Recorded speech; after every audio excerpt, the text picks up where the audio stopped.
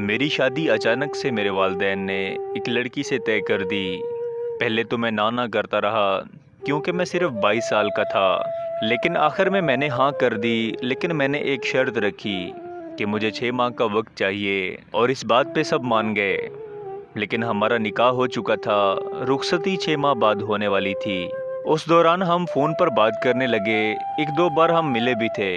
फिर मुझे एहसास हुआ मैं इससे मोहब्बत करने लगा हूँ और मैं इस शादी से खुश था।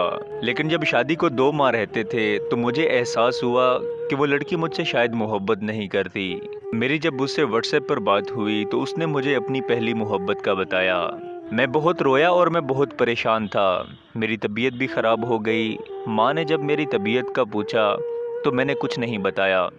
वो मेरी शादी को लेके बहुत खुश थे। लेकिन फिर मुझे एहसास हुआ कि अगर हमारी शादी हो भी जाती है तो हम इस शादी से खुश नहीं रहेंगे।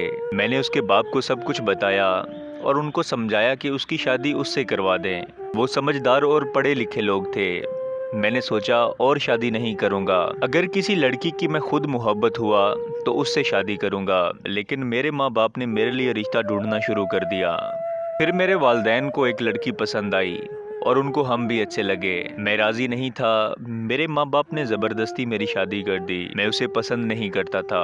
मैंने उसे अपनी पहली मोहब्बत का सब कुछ बता दिया था।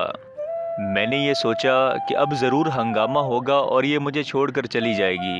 लेकिन उसका जवाब बहुत मुख्तलिफ और मुख्तसर सा था कि अगर कभी वो लौट के आई तो मैं खुद अपने हाथों से तुम्हें उसे सौंप दूंगी।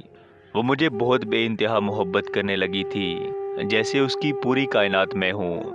मैंने पूछा, क्या तुम्हें शादी से पहले कभी किसी से मोहब्बत नहीं हुई? तो उसने कहा कि मैंने अपना सब कुछ और अपने सारे जज्बात बस अपने शोहर के लिए बचा के रखे थे और अब मेरी हालत ये है कि मैं उसके बिना रह नहीं पाता। बेशक अल्लाह ताला अगर हमसे कुछ बेहतर छीनता है तो इसलिए छीन लेता है ताकि हमें बेहतरीन से नवाज सके।